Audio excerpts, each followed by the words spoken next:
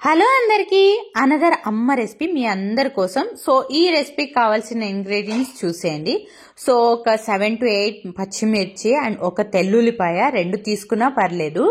And కొత్తిమీర కొద్దిగా బాగా ఫ్రెష్గా ఉన్నది. అండ్ బెండకాయ బాగా కడుక్కుని తుడుచుకుని ఇలా కట్ చేసుకోవాలి.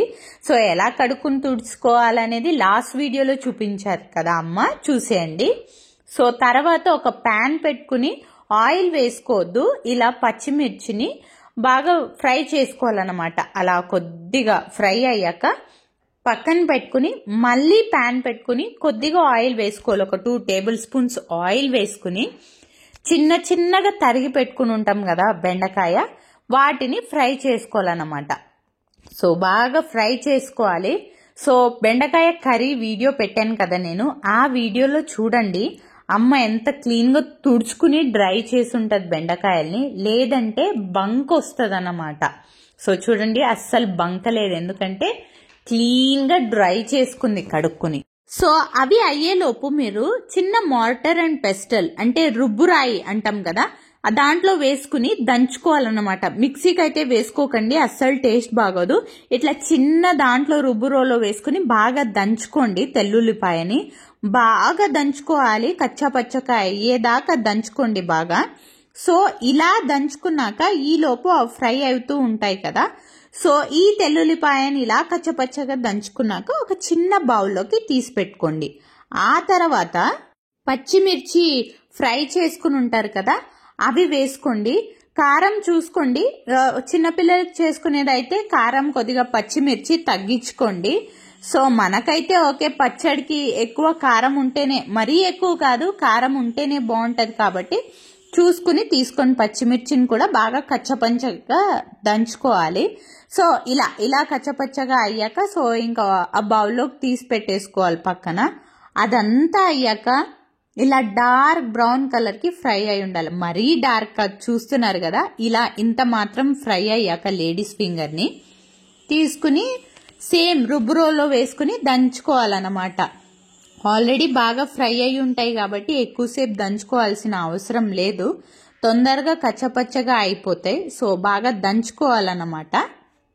ఏదైనా సరే మిక్సీకి పట్టుకుంటే ఆ టేస్ట్ వేరే ఉంటుంది.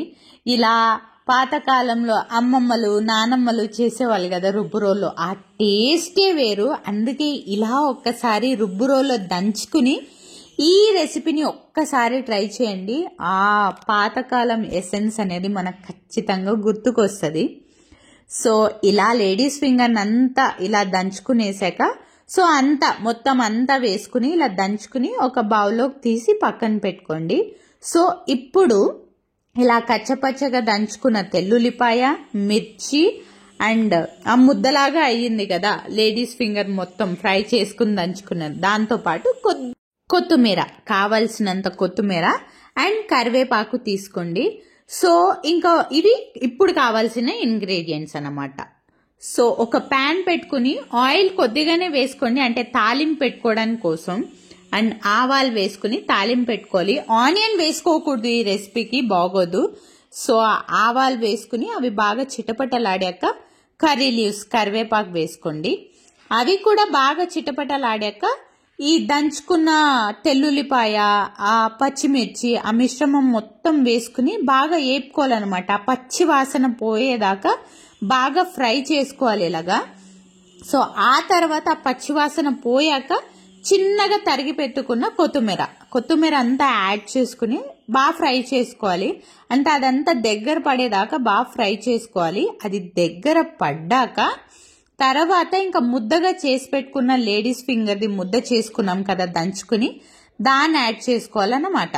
సో ఆ ముద్దను యాడ్ చేసుకున్నాక ఒక 7 to 8 minutes బాగా ఫ్రై అవ్వాలి. ఎందుకంటే ఆల్రెడీ ఫ్రై చేసుకుని ఉంటాం కాబట్టి ఇంకెక్కువ ఫ్రై చేయనక్కర్లేదు. ఒక 7 to 8 minutes బాగా అలా ఫ్రై చేసుకుని లో ఫ్లేమ్లోనే కలుపుకుంటూనే ఉండాలి.